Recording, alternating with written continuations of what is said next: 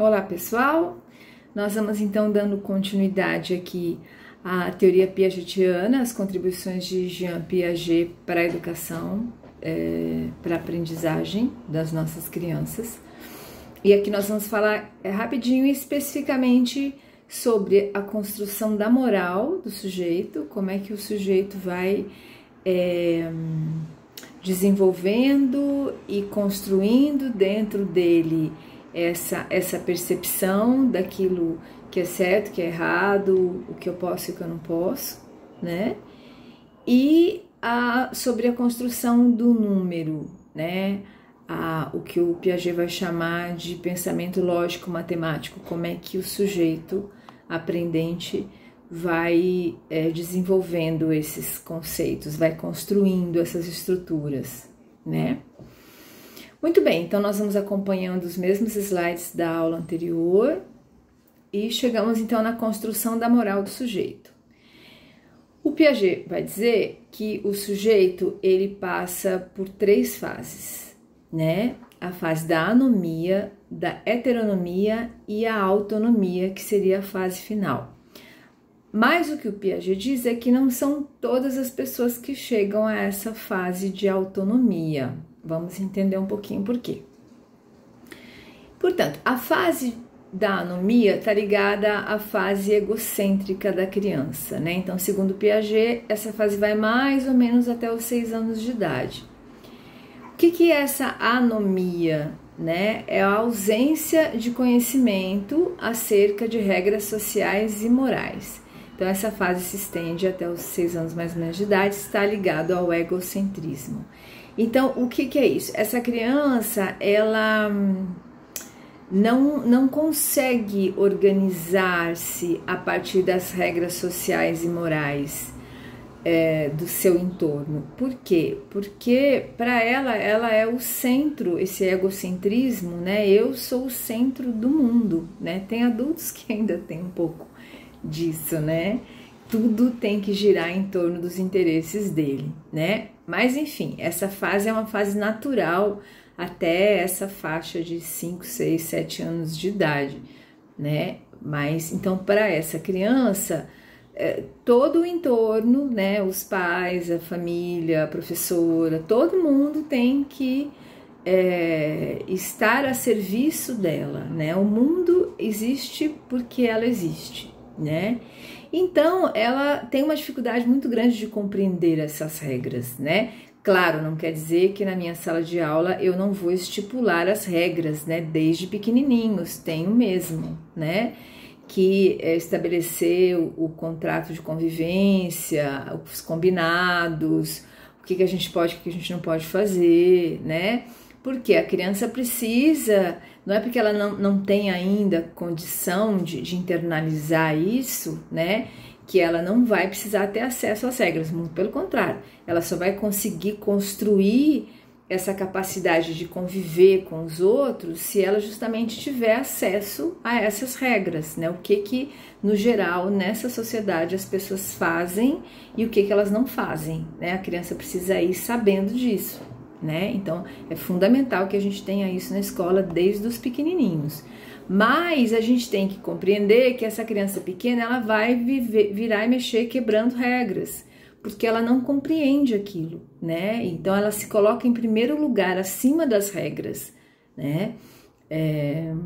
Muito bem, então essa fase da anomia. Uma segunda fase, então, a partir dos 6 anos de idade, é a fase da heteronomia. Né? Heteronomia está ligado àquilo que eu faço porque os outros estão olhando, né?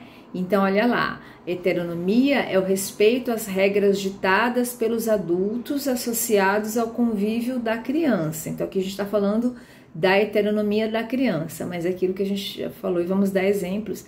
Há adultos nessa fase de heteronomia, jovens adultos. O certo e o errado, portanto, estão relacionados ao que o sujeito acredita que o adulto julgaria ser melhor. Então, vamos usar o exemplo, então, das crianças na escola. Aquela questão básica, né, quando as crianças começam a fazer bagunça no banheiro da escola, Então a diretora vem e diz: olha, nós colocamos câmera nos banheiros agora. Então, quem fizer bagunça, a câmera vai mostrar quem foi. Então, não façam bagunça no banheiro. Então, enquanto as crianças acreditam naquilo, que depois elas não acreditam mais, mas enquanto elas acreditam que tem a câmera, então ela ia deixar a torneira aberta, ia encher a pia de papel higiênico molhado, porque criança adora fazer isso, né, que irrita bastante, mas eles fazem isso sempre. Mas agora ela não vai fazer mais, não porque ela entendeu que não pode fazer, que não pode desperdiçar água, estragar o papel higiênico, que não pode sujar o banheiro, não é por isso. Ela não vai fazer porque a câmera está ali, né? E o adulto falou que não é para fazer, então ela é essa questão. Então, isso que a criança faz está ligado àquilo que o adulto não quer que ela faça. Então, se o adulto estipulou que não é para fazer essas coisas, então a criança não faz. Mas ela não faz porque ela entendeu que não é para fazer, né? Ela não faz porque alguém vai estar olhando, no caso, a câmera do banheiro, né? E assim para tudo, né? Aquela música que diz o que você faz quando ninguém te vê fazendo, né? É o caso, a gente estava falando dos adultos, tem adulto que segue nessa fase, né? Não chega na fase da autonomia. São, por exemplo, aqueles casos clássicos do cinto de segurança, né? Então, a pessoa que já entendeu que o cinto de segurança é para a segurança dela e da família dela e dos amigos e das pessoas que estão naquele carro, então ela deu partida no carro, ela automaticamente põe o cinto. Ela nem pensa mais, ela já entendeu, já introjetou aquilo, ponto, né? Independente se alguém vai ver, se a câmera vai filmar, se o guarda vai multar, não, ela entendeu que aquilo é para segurança, ponto. Isso é ter autonomia, né? Mas a pessoa que está na fase ainda da heteronomia, ela não vai pôr o cinto de segurança. Ah, não precisa na cidade, bobagem, ninguém vai ver, né? Só que a hora que ela tá andando com o carro e ela vê lá na frente um guarda, né? Aí ela vai e põe o cinto de segurança e fala para todo mundo: põe o cinto, põe o cinto, põe o cinto.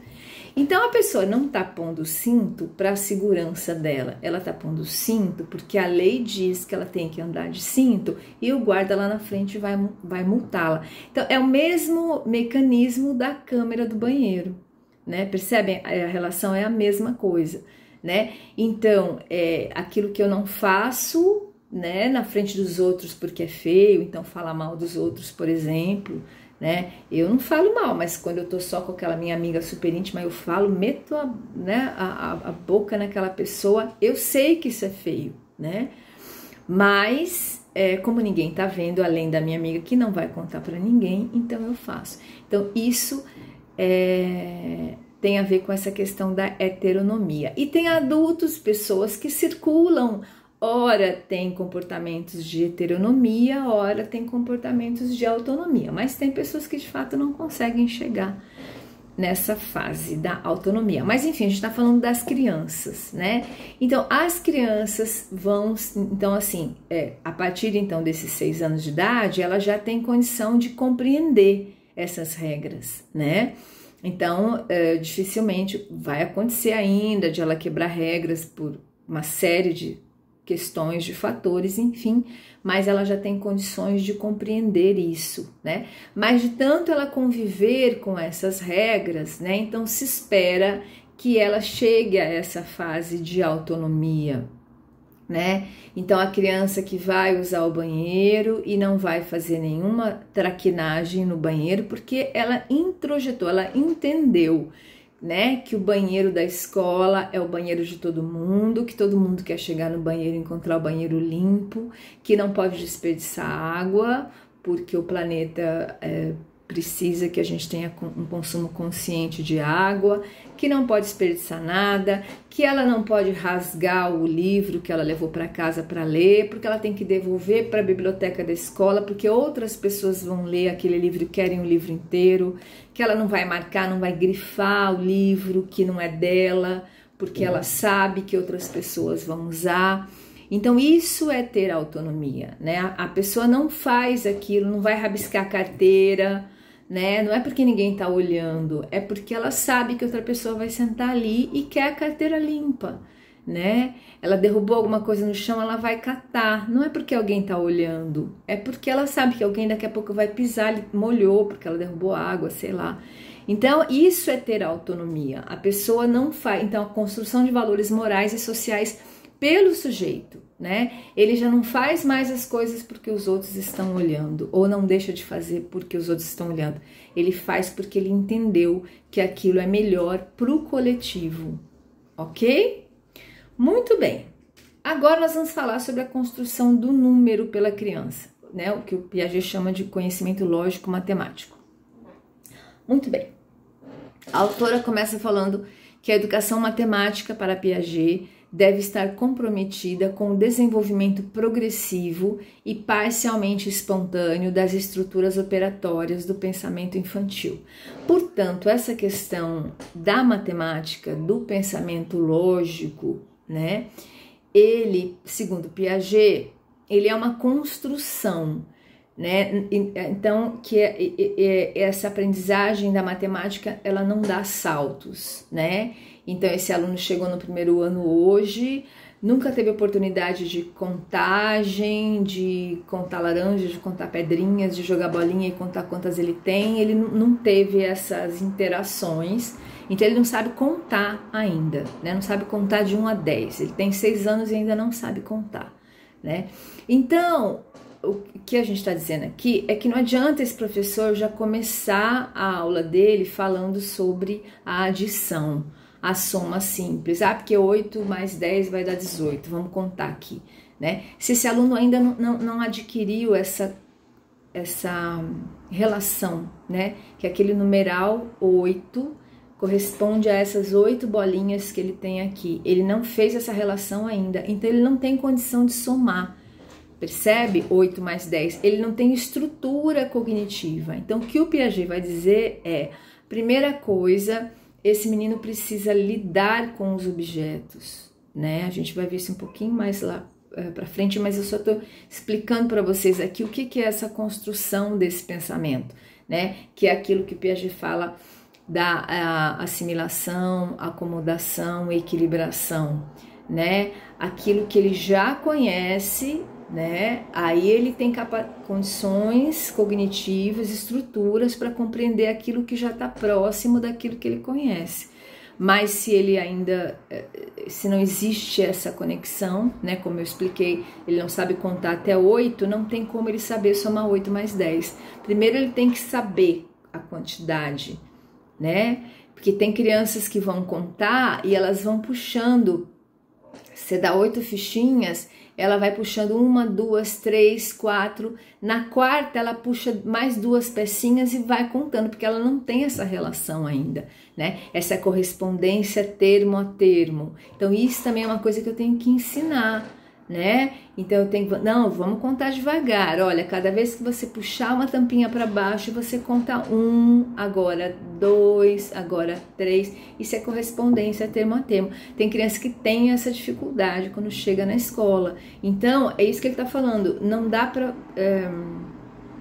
não tem capacidade, condição de eu dar saltos nessa aprendizagem da criança, né? É isso que ele está falando, então, que a educação matemática precisa estar comprometida com o desenvolvimento progressivo. Isso é progressivo. Primeiro ele aprende a contar 8, depois ele aprende a contar 10, depois ele vai aprender a juntar o que é essa soma, né? Então isso ele vai construindo gradativamente.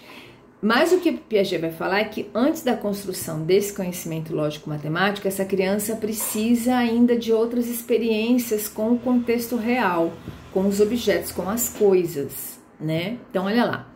A construção de conceitos matemáticos se processa pela ação da criança por meio de sua experimentação ativa, que eu tô falando também da tampinha, né? Ela tá contando, ela tá agindo sobre aquilo, né? Para posterior formalização desses conceitos mediante a linguagem dos sinais operatórios, os sinais das operações, mais, menos, divisão, multiplicação, né? isso também um pouquinho mais lá na frente, né, é aquela questão. Quando eu vou trabalhar com as operações lógico-matemáticas, né, com a adição, então eu já não vou começando armando aquela conta básica na lousa, né, 24 mais 36 igual a tanto. Os meus alunos precisam ter muita experiência ainda na soma, no concreto, né? No agrupamento, na contagem de 2 em 2, né? De juntar quantos pontos ele fez, com quantos pontos o amigo fez, para saber quanto que os pontos que o time tem. Então, é nessa experiência, né, da construção real desse número,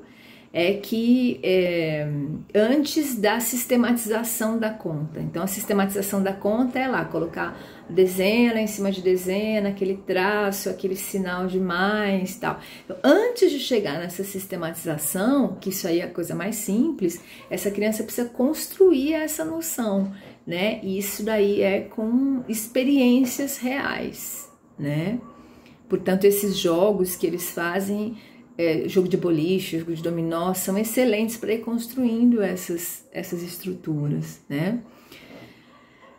Ou seja, o indivíduo aprende inicialmente agindo por meio da experiência física, que é a ação sobre os objetos propriamente ditos, buscando descobrir as suas propriedades físicas. E aí, na sequência, então, seguindo aqui, o conhecimento lógico-matemático representa, portanto, ações do sujeito sobre os objetos em que ocorre a assimilação das noções de número, massa, volume, área, comprimento, classe, ordem, tempo, velocidade e peso. Então, para que essa criança tenha condições de lá na frente compreender as operações matemáticas, compreender a física, compreender toda a questão lógica, né?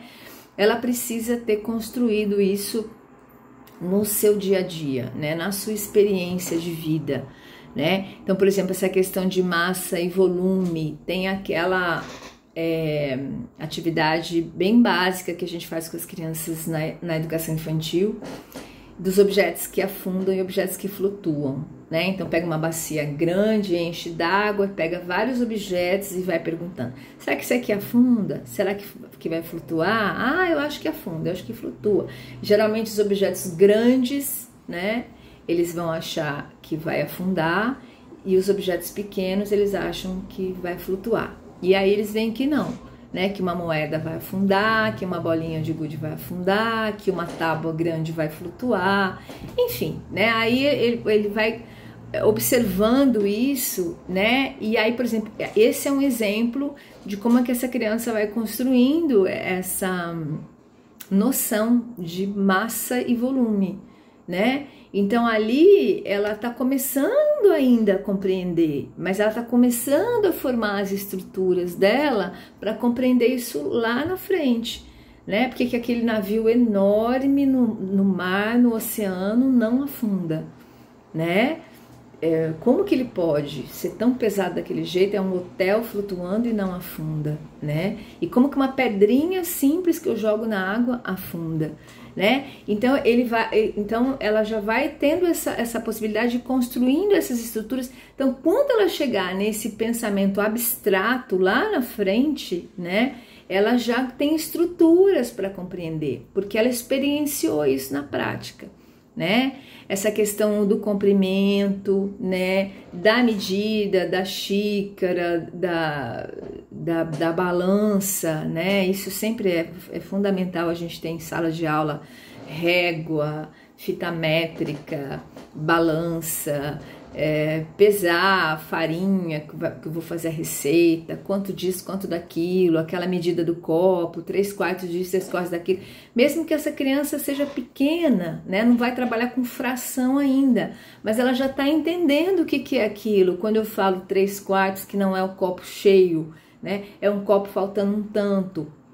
Então lá na frente, quando ela for ver, né, a outra professora falando sobre fração, ela já vai automaticamente, ela já tem estrutura para entender aquilo, né? Mas a criança que nunca experienciou nada disso, ela vai ter mais dificuldade, né?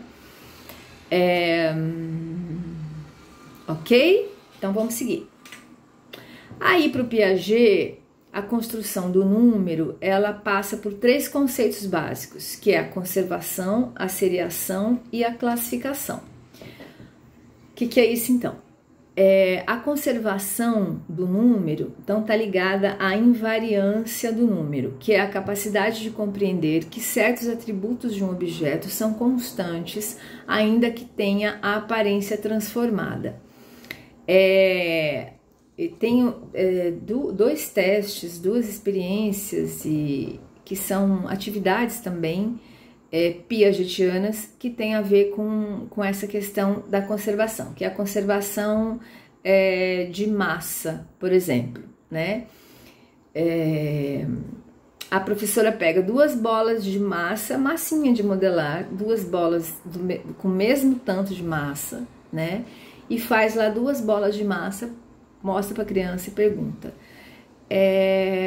qual dessas bolas é maior? Ou será que elas são iguais? Aí a criança vai, mede, olha, vê que o tamanho é igual. Não, elas são iguais, né? Tem o mesmo tanto de massa. Ah, tá bom. Aí a professora pega uma das bolas e faz um rolinho, estica aquela massa. E a outra continua sendo a bola. Aí a professora pergunta: e agora? Onde é que tem mais massa? Aqui ou aqui?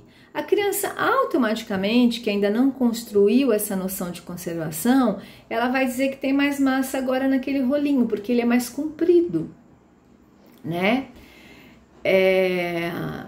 Agora, a criança que já tem essa noção construída, ela vai dizer: não, tem o mesmo tanto, você não acrescentou massa aí, né? Mas a criança que ainda não tem essa noção, ela vai ficar: não, agora tem mais. Aí a professora pega o mesmo rolinho, faz a bola de novo, e agora? Onde tem mais? Não, agora tá igual, né? Então a criança não construiu ainda essa noção de conservação. A outra atividade é com os copos, com líquido, né? Com água. Então os copos mais altos e mais finos e o copo mais largo e mais baixo, né? Então a professora coloca 2 copos iguais, e aí a criança está vendo que tem o mesmo tanto de água, e a professora vira um copo no copo comprido e no copo largo e baixo. E aí a criança automaticamente vai dizer que tem mais água naquele copo comprido, porque a água subiu, né? Ela está comparando com a superfície ali da água. E a criança que já construiu essa noção de conservação vai dizer: não, tem o mesmo tanto, você não colocou mais água, né? Então é disso que está falando, essa invariância do número, né? Que essas quantidades não se modificam, né? Então isso é a capacidade de conservação, de perceber que apesar da forma não mudou a quantidade, né? A seriação é outro conceito básico. A seriação é a relação de ordem entre os elementos. É um modelo de agrupamento que consiste em ordenar os elementos segundo as grandezas crescentes ou decrescentes. Então, isso tem a ver com sequenciação, né? E tudo isso que a gente está falando são estruturas importantes para essa criança compreender as atividades de matemática lá na frente, né? Então, por exemplo, essa questão da seriação, ela vai ter que compreender para compreender lá na frente que o 22 vem antes do 25, né? Porque ele é uma quantidade menor do que o 25. Mas para isso ele vai precisar então também construir essa noção de seriação das grandezas que vão crescendo ou decrescendo, né? Então um brinquedo, né, que as crianças têm, que é muito interessante para trabalhar essa seriação, são aqueles copos que vai encaixando um copo dentro do outro. Então você tem um copo grande e aí um menor, até chegar num menorzinho, né? Então você espalha aqueles copos todos e a criança tem que colocar de novo um dentro do outro. Então ela vai ficar comparando, né? Qual que é dentro, qual que cabe, onde vai esse, onde vai aquele. E fora os copos tem mais uma porção de brinquedos, né? Que a criança vai aprendendo essa noção de seriar, né? De classificar do menor para o maior e do maior para o menor. Ou aqueles palitos também, né? Tem uma atividade piagetiana também, que é de ordenar os palitos. Então, palitos de todos os tamanhos, e a criança, a partir de uma régua que fica ali embaixo, ela vai tendo que ordenar do menor até o maior e depois vice-versa, né? Então, para a criança compreender essa relação do que vem primeiro e do que vem depois.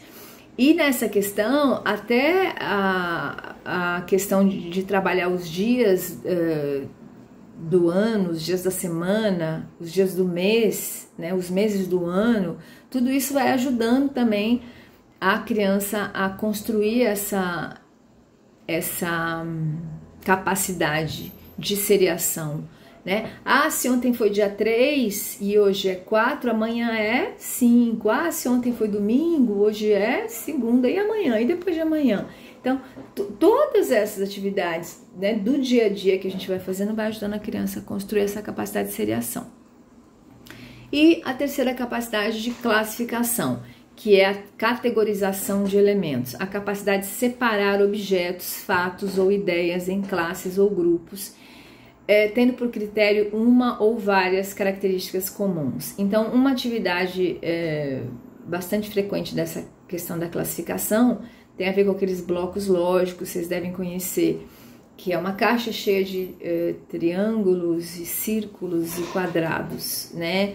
De 3 cores, amarelo, azul e vermelho, e de vários tamanhos, várias espessuras, né? E aí a professora pede, coloca junto para mim todos os triângulos vermelhos.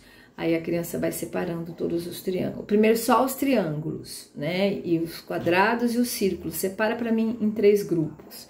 Agora separa os triângulos vermelhos, separa todos os triângulos que são menores. Então vai juntar triângulo azul com amarelo e vermelho e vai fazer um outro grupinho, né?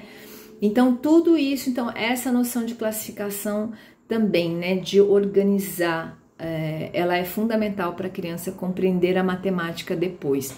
E essa classificação a gente faz o tempo inteiro numa sala de aula de educação infantil, onde as crianças acabaram de brincar, espalharam todos os potes de brinquedos, os carrinhos, os bichinhos, as pedrinhas, e agora vamos separar tudo, guardar cada coisa no seu lugar, né? Então isso já é uma atividade de classificação, colocar cada coisa no seu lugar, né? Olha, esse bichinho aqui vai, onde que é a casa dele? Esse pote ou esse pote, né? E o do carrinho, onde é que vai pôr? Ah, vou pôr aqui. Isso a gente já faz desde as crianças pequenininhas, né? Então essa capacidade, essas atividades de organização, né? Organização de gavetas, organização dos talheres, põe faca com faca, garfo com faca, e essas coisas que as crianças podem fazer em casa, né? Com as mães auxiliando, enfim. Tudo isso vai ajudando a criança a construir essa noção de classificação, ok? E para finalizar, a aprendizagem e construção do conhecimento para Piaget. Então, para Piaget, o conhecimento é construído pelo aluno e não é transmitido pelo professor, né? O Vygotsky também vai entender isso de uma forma mais aprofundada, mas é isso que nós já falamos na aula passada, inclusive, né? O professor não ensina. Se o professor ensinasse, todos os 40 alunos aprenderiam do mesmo jeito, porque ele está ensinando a mesma coisa para todo mundo, né? Então, o professor está ali na frente falando, mas cada aluno vai aprender de acordo com a estrutura que ele tem pronta, né? Por isso não adianta eu ficar lá na frente dando aula, falando, porque esse menino não tem condição de compreender o que eu tô falando, né? Portanto, a aprendizagem é um processo limitado a um problema ou uma situação, né? Então, o aluno se vê desafiado a aprender uma coisa diante de uma situação X, né? O conhecer estaria relacionado à ação sobre o objeto. Desse modo, somente progridem os sujeitos que se encontram em um nível operatório próximo ao da aquisição da noção que será aprendida. Então, é tudo isso que nós já falamos, né? Então, esse menino, para aprender a contagem, ele vai ter que pegar as tampinhas e contar. Ah, ele já consegue contar até 8. Ok, a partir do 8 ele se perde um pouco.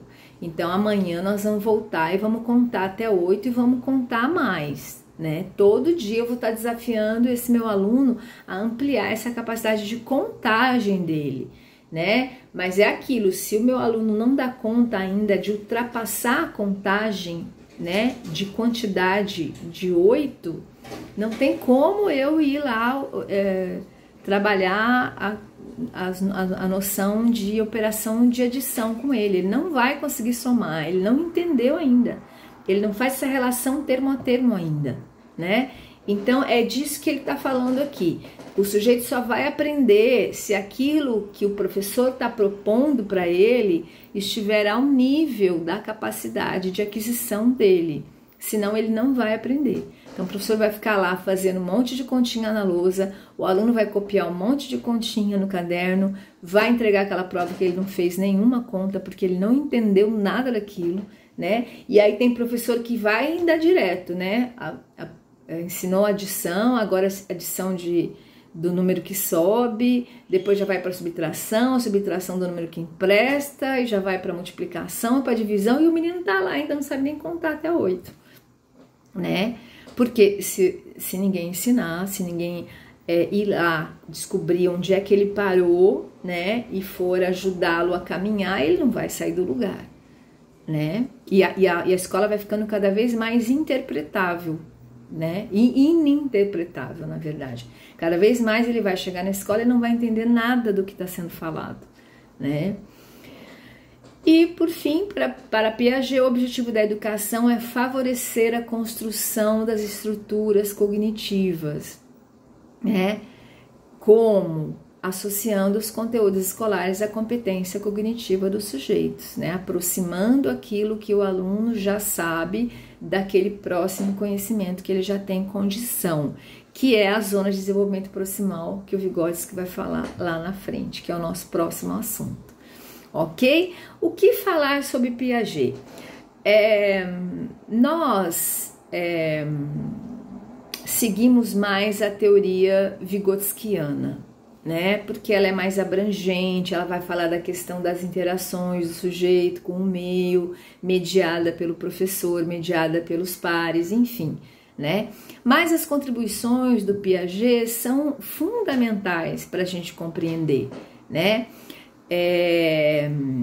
E essa questão da construção do número, né, da construção das estruturas cognitivas, então, tudo isso para dizer que em certos aspectos Piaget e Vygotsky são muito próximos, né? E em certos aspectos Piaget e Vygotsky são bem contrários, né? Então, por isso que para a pedagogia, o que nós entendemos, né, já há décadas, é que a abordagem sócio-histórica vygotskiana, ela é mais completa e é mais... enfim, ela de fato promove mais aprendizagens e é algo que eu consigo trabalhar na minha sala de aula com meus 30, 40 alunos, né? Mas as contribuições de Piaget para a pedagogia são inegáveis, né? E essa questão, então, dessa elaboração das estruturas cognitivas e de eu aproximar o conhecimento, o próximo conhecimento, a partir das estruturas que o aluno já tem, é a grande sacada do Piaget. Tá bom? Então é isso. Até a próxima aula.